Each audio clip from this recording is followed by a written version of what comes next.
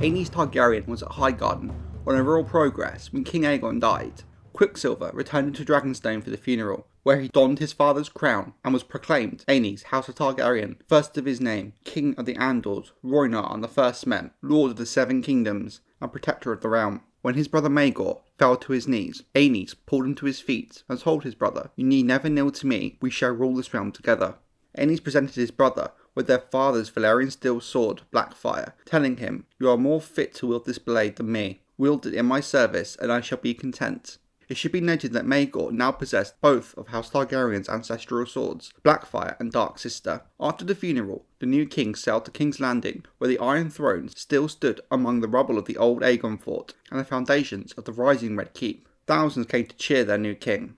After this, Aenys set out for Oldtown to receive blessings from the High Septon. The royal party travelled by land rather than dragonback. Queen Alys rode beside him with their 3 eldest children. Princess Rhaena, 14, a beautiful girl who stole the hearts of all who saw her. Prince Aegon was 11, and Prince Viserys 8. Jaehaerys and Alysanne were too young to make the trip. The party headed south to Storm's End and west along the Dornish marches, stopping at every castle on the way. The small folk flocked wherever the king went. While Aegon and Viserys relished the cheers of the crowd, Princess Rhaena reverted back to her shyness. At Storm's End, Orys Baratheon's maester noted that it seemed like she didn't want to be there. Rhaena hated being parted from her dragon Dreamfire and her friend, Lady Melanie Piper. It was not until the Lady Melanie joined them, the princess began to join the festivities. At the starry sept of Oldtown, the High Septon anointed Aenys Targaryen in the same manner as his father, but even as the king was receiving the blessings, others were doubting his fitness to rule. Many felt the realm needed a warrior, and that Maegor was clearly the stronger of Aegon the Conqueror's sons. One of the biggest whisperers was the new Dowager Queen Visenya Targaryen. She argued that even Aenys saw the truth of the matter. Why would he have given his brother, Blackfyre, the Sword of Kings? Aenys' strength would be tested far sooner than anyone could have imagined. The wars of conquest were a generation past, and now sons came of age, dreaming of avenging their long-dead fathers. Lords recalled a time where they didn't need to seek a king's leave to tax their small folk or wage wars. The chains of the dragon forged can yet be broken, they said. The first revolts came in the Riverlands, in the melted ruins of Harrenhal, where its new lord was convinced by brigands to open the gate before killing him in his bed. The leader of this band styled himself Harren the Red and proclaimed himself King of the Rivers. The king was on his way back from Oldtown, guesting with Lord Tully of Riverrun, when the news reached him. Lord Tully urged the king to mount Quicksilver and descend on Harrenhal like his father had, but Aenys, mindful of his mother's death in Dorne, instead commanded Lord Tully to call his banners. However, when the king did reach Harrenhal, they found it empty and all the lord's servants dead. When Aenys did get back to King's Landing, things only got worse. In the Vale, Lord Ronald Arryn's brother, Jonas, deposed him and declared himself King of the Vale, a religious uprising led by warrior priests in the Iron Islands, and in the Red Mountains of Dorne, a pretender dubbed the Vulture King appeared and called on all true Dornishmen to rise against the Targaryens as revenge for the death and famine during the First Dornish War. Although Princess Deria Martell denounced him, thousands still flocked to his banner, swarming into the Reach. King Aenys knew he had to put down the rebels, but seemed unable to decide where to begin, as he could not understand why this was happening. He sent messengers to each of the rebels to learn their reasons. Due to the proximity of Harren the Red to King's Landing, the Queen and her children were sent to Dragonstone for their safety. Aenys commanded his hand, Lord Alan Stokeworth, to take a fleet and army to the Vale to put down Jonas Arryn and restore his brother. But as Stokeworth was about to leave, the king stopped them. Fearing King's Landing would be left defenceless, he instead sent Stokeworth to deal with Harren the Red, while he called a great council to discuss how to deal with the other rebels. While the king failed to take action, some acted on their own, some even with Dowager Queen Visenya's backing. In the Vale, Lord Allard Royce of Runestone called his banners and easily defeated the supporters of Jonas Arryn, who in their desperation threw his brother out the moon door to his death. The Eyrie was impregnable to assault, so Jonas and his followers settled in for a siege. That's until Prince Maegor appeared in the skies above, astride Balerion. The Conqueror's youngest son acclaimed a dragon at last, none other than the Black Dread, the greatest of them all. Rather than face the Dragonfire, Jonas's followers seized him and threw him from the moon door. Surrender did save them from Dragonfire, but not Maegor's wrath. Even the most highborn were not given the privilege of death by sword. Maegor hanged them naked from the walls of the Eyrie. Hubert Arryn, a cousin of Ronald Arryn, was made Lord of the Eyrie. In the Iron Islands, Goran Greyjoy, Lord Rupert Pike, brought King Ludus and the religious uprising to a similar quick end. He sent the head of the Priest King to King's Landing. King Aenys was so pleased he offered Goran anything he desired as a reward. This would prove to be very unwise. Lord Goran, wishing to prove himself a true son of the drowned god, asked the king to expel the Septons sent to the islands to convert them to the faith of the Seven. The king had no choice but to agree.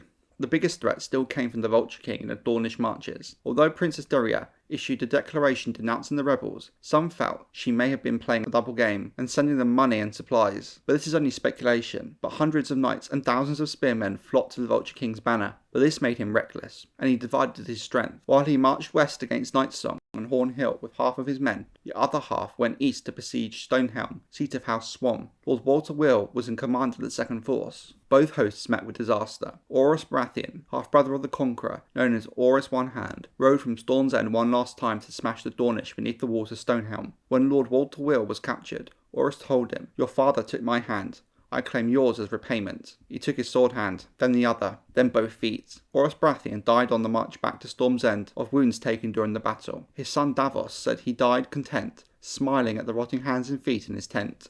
The Vulture King fared no better. Capturing Nightsong was not possible, so he marched west, only to have Lady Karen sally forth from behind him, joining forces with Harmon Dondarrion. Meanwhile, Lord Samwell Tarly of Harrenhal suddenly ambushed the Dornish with knights and archers. He became known as Savage Sam when he cut down a dozen Dornishmen with his Valyrian steel sword Heartsbane. Stuck between three forces, the Dornish threw down their spears and shields and ran, but the March Lords rode after them and cut them down in what became known as the Vulture Hunt. The Vulture King was taken alive and tied naked between two posts by Savage Sam Tarly. Rumours say he was torn apart by vultures, but most likely he died of thirst. His death saw the end of the Second Dornish War. Harren the Red's end came west of the God's Eye. He slew the king's hand, Alan Stokeworth, before being cut down by Stokeworth's squire. The king would knight the squire as a reward. The greatest plaudits were given to his brother. He hailed Prince Maegor as a hero. The king embraced him and named him Hand of the King. The amity between the dragon's sons did not last, however. While Aenys enjoyed music, fine silk, astronomy, alchemy and dancing, while Maegor, taller, stronger, fearsome and strong, was regarded one of the finest knights in the realm, but also remarkably savage and harsh to his foes. Where Aenys always sought peace,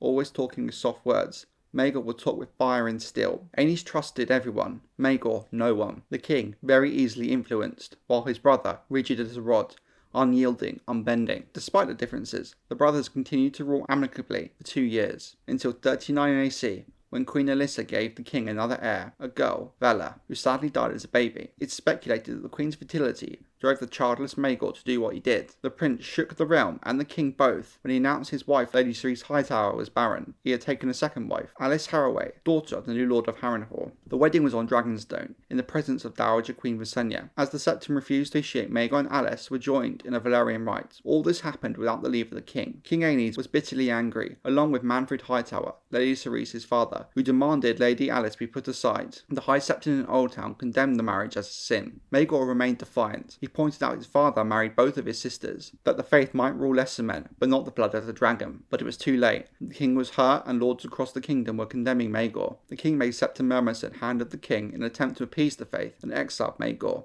But the Septons and lords throughout the realm spoke of the king's weakness, asking how he can rule the seven kingdoms when he cannot even rule his brother. The king remained oblivious to the discontent in the realm. Peace had returned. His troublesome brother was across the narrow sea, and a great new castle had begun to rise atop of Aegon's high hill. The king's new seat would be larger and more lavish in Dragonstone, with massive walls and towers capable of withstanding any enemy. Aenys' next blunder came with his announcement to give the hand of his daughter to her brother and heir to the Iron Throne, Prince Aegon. The princess was 18, the prince 15. They had been close since childhood. Though Aegon had never claimed a dragon of his own, he had ascended into the skies more than once with his sister on Dreamfire. Handsome and growing taller every year, Aegon was said by many to be the very image of his grandfather. Princess Rhaena had many suitors, however, paid no mind to any of them. She preferred to spend her days with her siblings, her dogs and cats, and her dragon. Rhaena flew everywhere on Dreamfire, every chance she could. With the tradition of intermarrying in House Targaryen, marrying his eldest 2 children may have seemed obvious to Aenys, more so as the affection between Rhaena and Aegon was well known, and neither raised objections to the match. Some speculate that the two always anticipated it. The backlash was fierce, and took all involved by surprise. However, the signs, such as the fallout of Maegor's actions, were there. The Faith had ignored the Conqueror and his sisters, but were not willing to do the same for his grandchildren. The Faith declared the match obscene and an offence to the gods and men. Aenys was well known for his indecision, but in this case he stiffened and grew stubborn. Dowager Queen Visenya advised him he had 2 choices: find new matches for his children, or to fly his dragon Quicksilver to Oldtown and burn the starry sept to the ground. Aenys did neither, but persisted. On the day of the wedding, the streets outside the Sept of Remembrance, built in memory of Aenys Targaryen, was lined by warriors' sons in silver armour, making note of all the guests that attended. Wise lords, expecting the Faith to do this, had not gone. The king did not seem to understand the extent he had roused the realm against him. Eager to win back favour of the small folk, he declared that the prince and princess would make a royal progress throughout the realm. Wiser perhaps than her father, Princess Rhaena asked leave to bring her dragon, Dreamfire, with them, but Aenys forbade it. As Prince Aegon had not yet ridden a dragon, the king feared the lords and common folk might think his son unmanly if they saw his wife on a dragon back. Elsewhere in the realm, matters went from bad to worse. Septon Mermerson, the Hand of the King, was expelled from the faith in punishment for performing the forbidden nuptials, whereupon Aenys himself took quill in hand right to the High Septon, asking his High Holiness, restore my good Mermerson, and explaining the long history of brother-sister marriages in Old Valyria. The High Septon's reply was so venomous that his grace went pale. Less than a fortnight later, Septon Mermerson was crossing the city in his litter when a group of poor fellows came swarming from the alley and hacked him to pieces with their axes. The warriors' sons began to fortify the hill of Aenys, turning the Sept of Remembrance into a citadel. With the Red Keep still years away from completion, the king decided that his manse atop Visenya's hill was too vulnerable and made plans to move to Dragonstone. This proved wise. 3 days before they were to sail, 2 poor fellows scaled the walls and broke into the king's bedchamber. Only the intervention of the king's guard saved Aenys from death. On Dragonstone, Dowager Queen Visenya famously greeted Aenys by saying, "You're a fool and a weakling, nephew. Do you think any man would ever have dared to speak so to your father? You have a dragon. Use him. Fly to Old Town and make this starry Sept another Harrenhal, or give me leave and let me roast this pious fool for you." Aenys would not hear it. He sent the Queen Dowager to her chambers and ordered her to remain there. By the end of 41 AC, much of the realm was in full-fledged rebellion against House Targaryen. 4 false kings who had arisen on the death of Aegon the Conqueror now seemed like posturing fools against the threat posed by this new uprising. For the rebels believed themselves soldiers of the Seven, fighting a holy war against godless tyranny. The warrior's sons seized the gates of King's Landing, giving them control over who might enter and leave the city, and drove the workmen from the unfinished Red Keep. In the Westerlands, Prince Aegon and Princess Rhaena were forced to abandon their progress to take shelter in Crackle Castle. By the next year,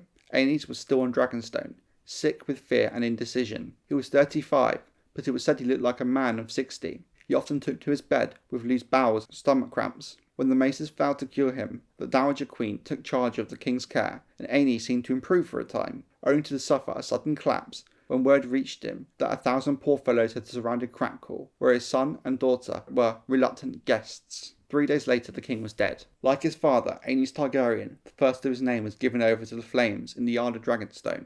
His funeral was attended by his sons, Viserys and Jaehaerys, 12 and 7 years of age respectively, and his daughter Alysanne, 5. His widow, Queen Alyssa, sang a song for him, and his own beloved Quicksilver set the pyre alight, though it was recorded that the dragons Vermithor and Silverwing added their own fires to hers.